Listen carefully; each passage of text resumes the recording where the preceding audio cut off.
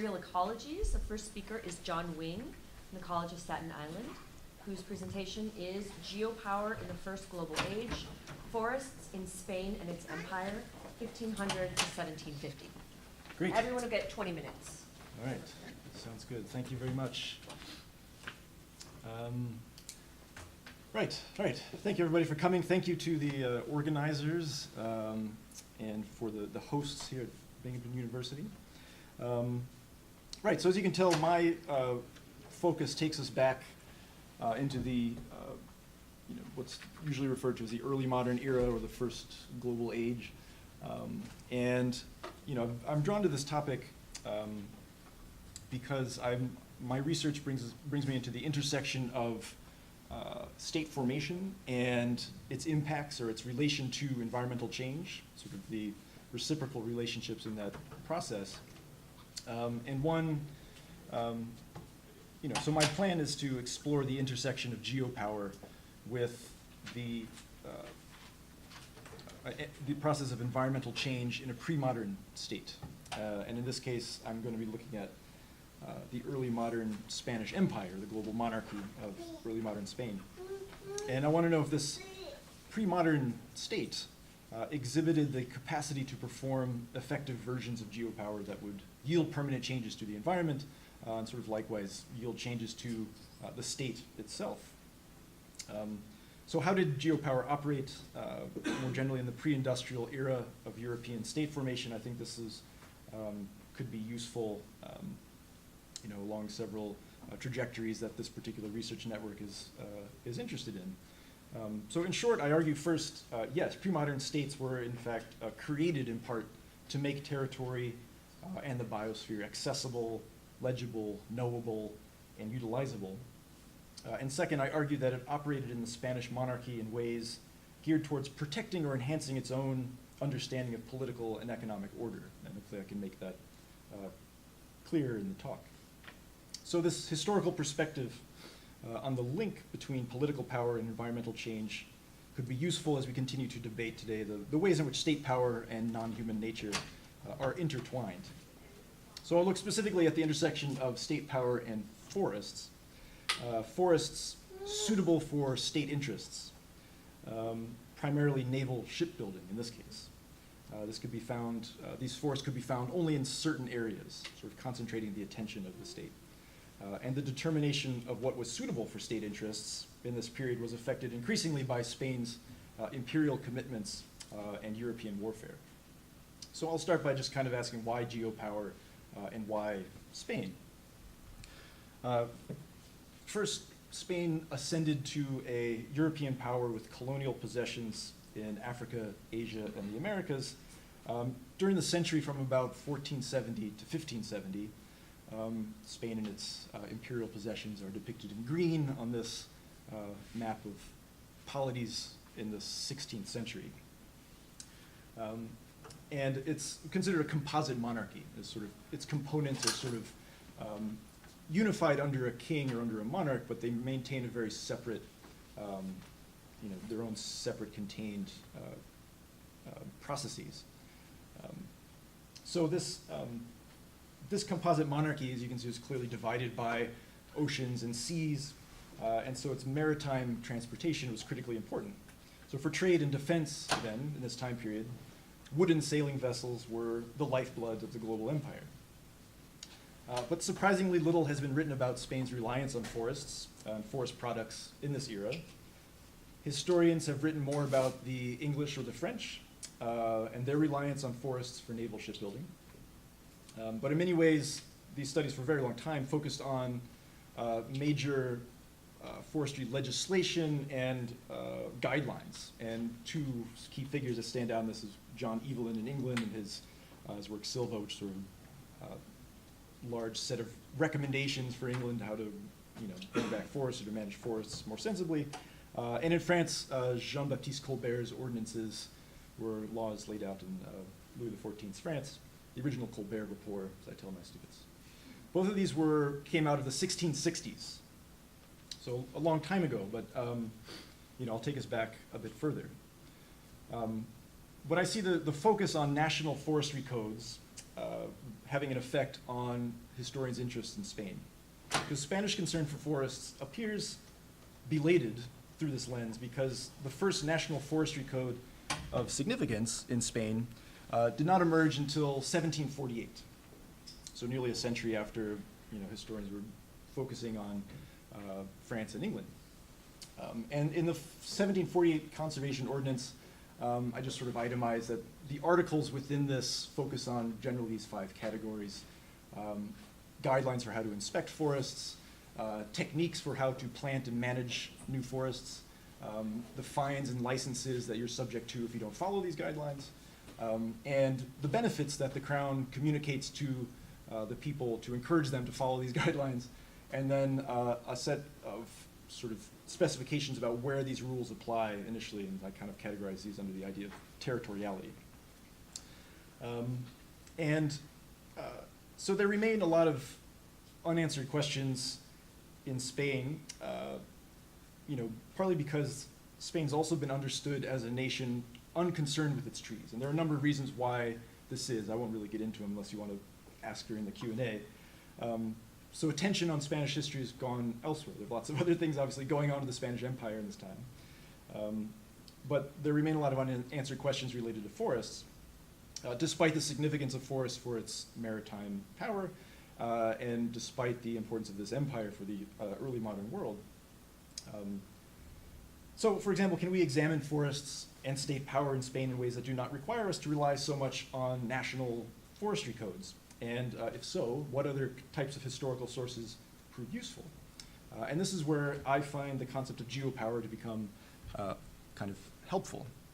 By the way, that picture in the corner is a king of Spain, Philip II, who ruled in the late 16th century, so I'll be talking about his reign a bit in this talk. So what's the entry point for this idea of geopower? Kind of rephrasing a Foucauldian statement on biopower as a question applied towards geopower. What are the mechanisms through which, I guess I could look at the screen over there, and not have to bend my knees. What are the mechanisms through which the basic geographic features of the Earth become the object of political strategy, of a general strategy of power? And I certainly see the process of Spain's interest in its forests sort of falling under this, within the realm of this question. So in asking, can we think of early modern forests in this way?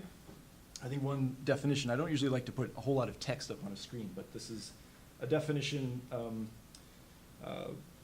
published in an article by Christian Parenti on geopower. And I just kind of wanted to read through it because the points I think we can think about, this is presented in relation to sort of a capitalist modern nation state, but we can also kind of think about this in terms of a period of state formation. I'll kind of point to how there are some similarities and differences. The state must physically seize parts of the surface of the Earth, containing it and controlling it militarily and legally.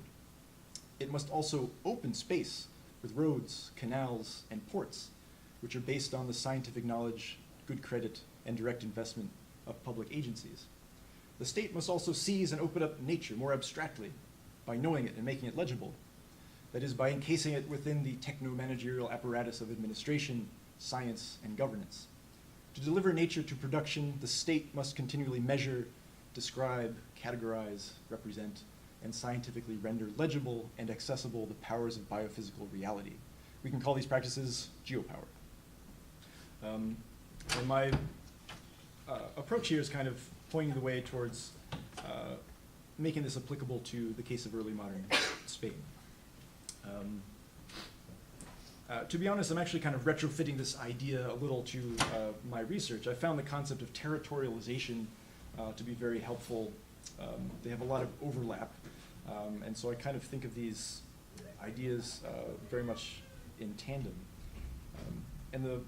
It turns out that when one examines this Forest Conservation Ordinance and thinking about other types of historical sources to use to better understand forest and state power, I've found that we can really identify a deeper history to almost every one of these points that goes back centuries. This wasn't just generated in the 18th century. It was based on centuries of development and evolution of state power and interests in controlling forests.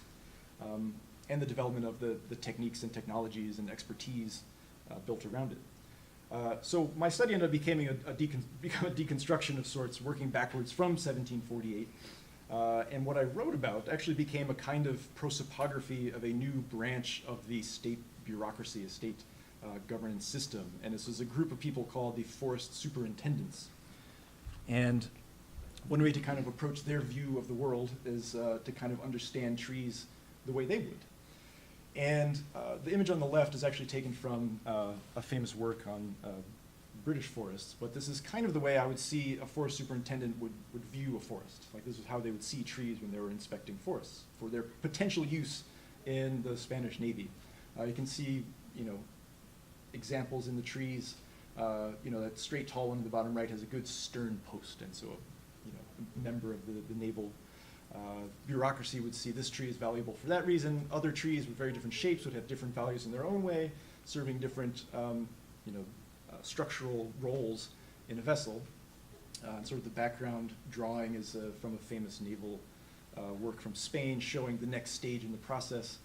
And in the bottom right, there's a need to kind of remember that most of this knowledge comes into being through written sort of bureaucratic reports from their inspections of forests, what kinds of trees they find, what kind of value could they pose for the king, and instructions for how to follow through in capitalizing on their value. So when you start to look at forest history and forest management through this perspective, our history goes much deeper into the early modern period. So through these forest bureaucrats, I could begin to trace how forests actually become more accessible, legible, knowable, and utilizable, all in the context of state formation, because they're kind of growing out of the state as its interests evolve. So basically, to recap why Geopower and why Spain, the combination of the two takes us in new directions that will help us change our understanding of Spain and forestry, and perhaps get us thinking more about the importance of forests. And it doesn't take too much of a stretch of the imagination to think about more than just forests in the process of state formation. So legislation, I'm saying, is important. I'm not ignoring legislation, but so is bureaucratic expertise and geographic intelligence, both of which fostered and were fostered by the expansion of state power, which is where I'll turn now. And I'll start, as I said, by kind of starting at the end. This is a forest inspection chart from about the year 1750. And it's from the very southernmost tip of Spain. That's kind of what's being mapped there. The information gathered in this chart came from a number of forest inspections in the region over a 4-year period. And there's a map in the center, tables on either side, identifying the towns, forests, groves in the region, the longitude and latitude of their extension, the numbers of forest guards who protected the forests in each municipality, and the populations of each municipality. Similar information, this is important to keep in mind, came from additional naval forest inspectors working elsewhere. They didn't always make as pretty a chart, but the information was coming in. So by this time, the Spanish had devised methods intended to monitor individual trees in all municipalities throughout Spain. So how and when did this emerge? My focus, my research centered on how first Royal Spanish authorities identified an environmental crisis of sorts, an environmental problem, a potential crisis related to the shortage of timber, then how the state intervened to prevent such a crisis. For early modern Spain, a timber crisis had to do mostly with the protection and defense of its coastlines and sea lanes, rather than for any kind of concern for ecological health or preservation of biological diversity. So while they use a term like conservation, which is a term they did use quite a lot, to describe their goals and actions in the forests, its use in the early modern centuries by the Spanish Navy had a more narrow definition, narrow aim. But they did aim to prevent shortages of naval provisioning by limiting damages to trees suitable for shipbuilding, and by replacing trees that were destroyed, even adding trees in suitable climates. Still, strong naval power is often communicated as something for the common good, right? Something that everybody could benefit from. So while performing a form of conservation, the prioritization of naval interests often came at the expense of the needs of the local population, who relied on forests for their immediate livelihoods. early modern monarchs, though, weren't oblivious to this fact. And here's King Philip II again, who's very often portrayed as sort of a rapacious king, unconcerned with the fate of his people. But he wrote, "One thing I'd like to see done is about the conservation of the forests. I fear that those who come after us will have much to complain of if we leave them depleted, and please God, we do not see it in our time." At the same time, we know that the role of the king was changing. He's actually gaining more of a role in managing the forests. And this comes from a medieval history. I'll maybe go back even further, where it wasn't uncommon for people who were managing resources of the forest, who could be a number of these types of things. Squabbles would arise over managing these things, and they would need sort of a super-municipal authority to kind of settle matters. And that is what the role of the king was for many years. And I take a quote from the Cortes of Madrid from 1576, where they're actually asking for the king to become more involved in managing their forests, because the ordinances that were put in place to manage their forests weren't being effective. This representative body is what the Cortes is, a parliament of sorts in the 16th century. And he says they put this on the top of their agenda and say to the king, "We beseech your majesty to order all ordinances touching upon the conservation of forests to be sent very soon due to how much this matters." And for the king, things were changing in their priorities. For much of the 15th century, into the early 16th century, the king was performing this role in the forest. They're sort of serving the role as the arbiter of intermunicipal disputes, sort of really in the interest of the common good. Things began to change in the 16th century, really around the 1540s, when the demands of empire sort of added a new concern for the crown, a concern for having enough timber for their own interests, sort of not the municipal level interests, and the functionality of the forests began to change.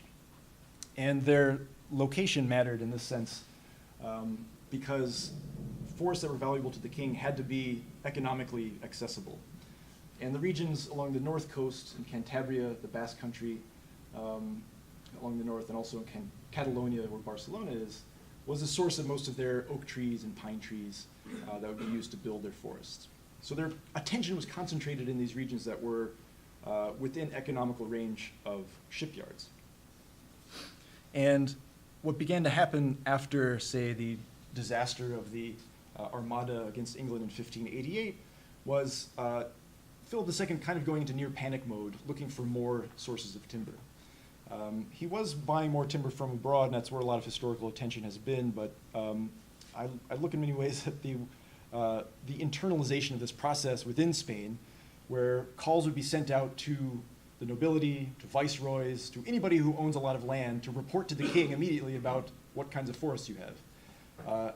And this is a map that came with an accompanying set of reports, kind of like those bureaucratic investigations that I mentioned before, that show us what the process was like before there were real, serious forest laws put in at the national level.